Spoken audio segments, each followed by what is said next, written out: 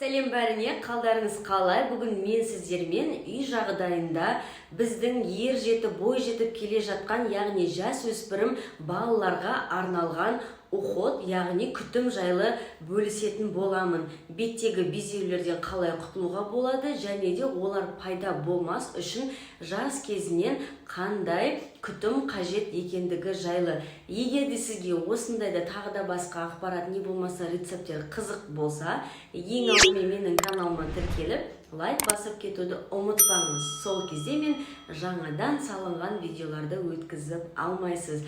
Ал егер де сіздің де менімен бөлісетін қызықты рецепттарыңыз, пайдалы ақпараттарыңыз болса, комментария бөліміне жазыңыз. Бірге міндетті түрде оны жасап көрейік.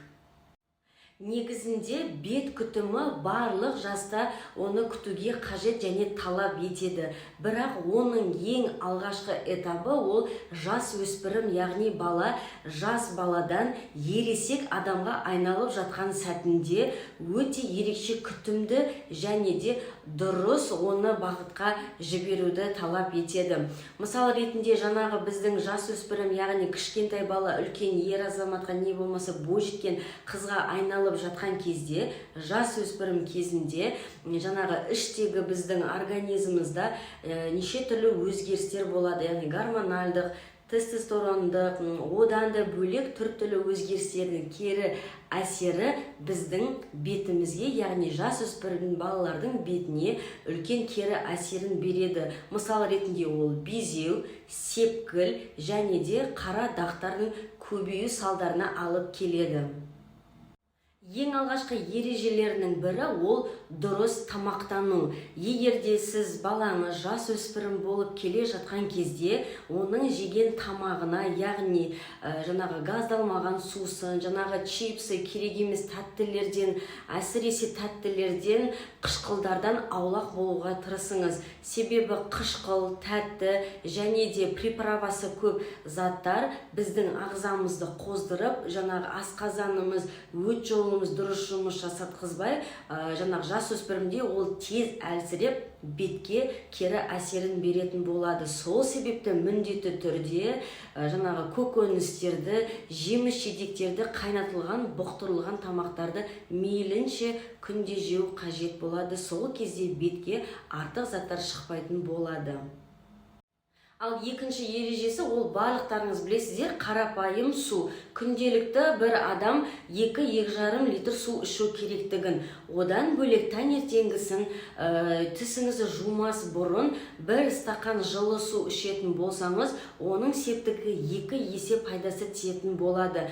Ал сол суға сіз бір шай қасық куркума салып ішетін болсаңыз, күнделікті ол кезде сіздің бетіңіздің жаңағы ағаруына, бетіңіздің түсінің тез қалпына келуіне және безеулердің көбеймеуіне жақсы өзінің септігін тигізетін болады. Сол үшін міндетті түрде күнделікті 2-2,5 литр су ішіп, суға куркума араластырып таңертеңгісін ішетін болсаңыз, пайдасы орасан зор.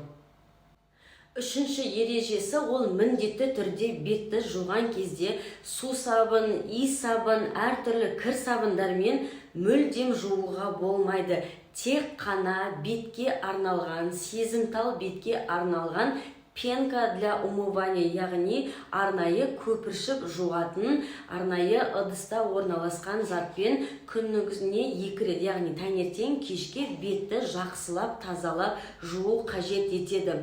Бетті жуған кезде өте қатты басып, ізін қалдырып жууға болмайды. Ақырын, подушка дейді ғой, яғни саусағыңыздың жұқа жұмсақ жерімен кішігірім массаж жасау арқылы ғана жуасыз. Және де пенканы салқын сумен 2 рет шайып жіберсеңіз, сол кезде бетіңіздің сепкілдер не болмаса безеулер шықпауына жақсы әсерін тигізетін болады. Және де жас өспірім не болмаса сіз жаңағы жас өспірімдердің бетіне безеу шығып кеткен жағдайда бетіңізді қарапайым сүлгі, яғни полотенцамен үйкелеп сүртуге болмайды. Мейлінше ол жаңағы беттегі осындай безеулері бар кісілерге қағаз сүлгімен, яғни бумажный полотенцамен осылай прикладывать, яғни бетке басу арқылы сүрткен дұрыс болады. Себебі қарапайым жаңағы сүлгі не болмаса полотенцамен сүртетін болсаңыз, бетіңіздегі безеуді сырып немесе қанатып жіберетін боласыз. Ал қанаған жағдайда ол міндетті түрде безеу көбейеді. Және де безеудегі инфекция полотенцаға жұғып, ол полотенцада қалып қояды. Сол себепті міндетті түрде қағаз сүлгімен басу арқылы сүртіп, мусорға лақтырып, келесі кешкісін жуынғанда тазасын алып отыру қажет болады.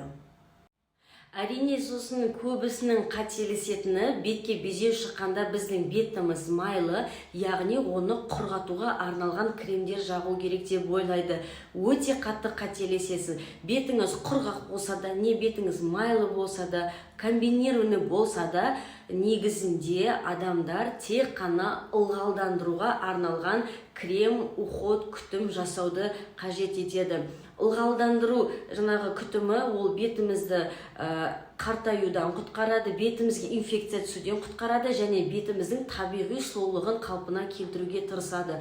Сол себепті бетіңіз құрғақ не болса, майлы болса да, міндетті түрде сіздің күтімге арналған крем, лосьон, сывырткаларыңыз бәрі ылғалдандыруға арналған болу қажет. Және де міндетті түрде сыртқа шығар алдында SPF 50-ді осы өзіңіздің саусағыңызбен өлшеп, яғни осы саусақтың көлемімен бірдей қылып SPF 50-ді жағып, осы қалыңдықтағы кремді бетімізге жағамыз. Сол кезде сіз SPF-ті дұрыс пайдаланған боласыз. Яғни түсінулеріңіз бойынша міндетті түрде далаға шығатын алдында SPF-пен бетімізді қорғау қажет. Егер де сіз боянатын бойжеткен қыздарыңыз болса, міндетті түрде косметика, тоналка, BB кремнің астына SPF жағу жүру қажет.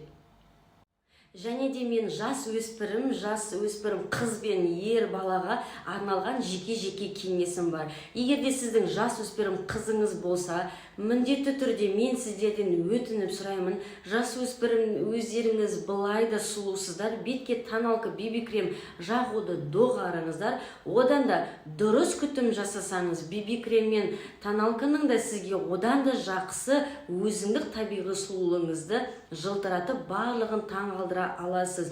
Қазіргі таңда натуральный красота, яғни табиғи сұлулық өте қатты бағаланады. Сол себепті бетіңізді күтіп, бетіңізді табиғи сұлу жағдайға жеткізіп, боянбай бәрін таңғалдыруға тырысыңыз. Ал егер ер балалар болып, сіздің бетіңізге безеу ерінің астына не болма үстіне өте жиі шығатын болса, онда сіздерге қырынуға арналған бритваңыз не болмаса пенкаңызға аллергия бар. Ал оны көбісінде барлықтары безеумен шатастырып жатады. Сол себепті егер де дәл осы зоналарға сіздерге жаңағы ер балаға безеу шығатын болса, бритваңызды ауыстырып көріңіз, не болмаса пенкаңызды ауыстырып көріңіз. Көмектеспесе, мен сіздерге кеңес беремін. Қыздардан қашылуға арналған пинцетімен терген жақсы болады. Не болмаса шугаринг мастерына барыңыз. Сол кезде сізге ешқандай кері әсерін тигізбей тазалап беретін болады.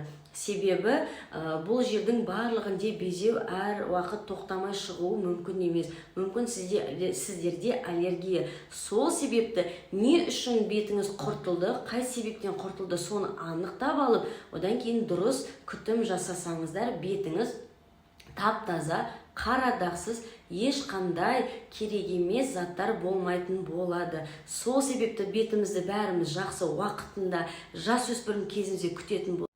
Қартайғанда косметолог маманы олай қатты жүгінбейтін боламыз.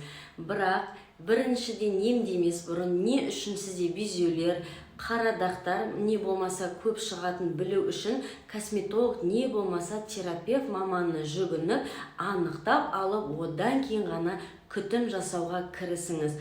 Қыздар, ұлдар, сіздерге сәттілік, жас өспірім кезден сіздерге ыңғайлы, тез, оңай шығуға сіздерге сәттілік тілеймін. Келесі видеода кездескенше.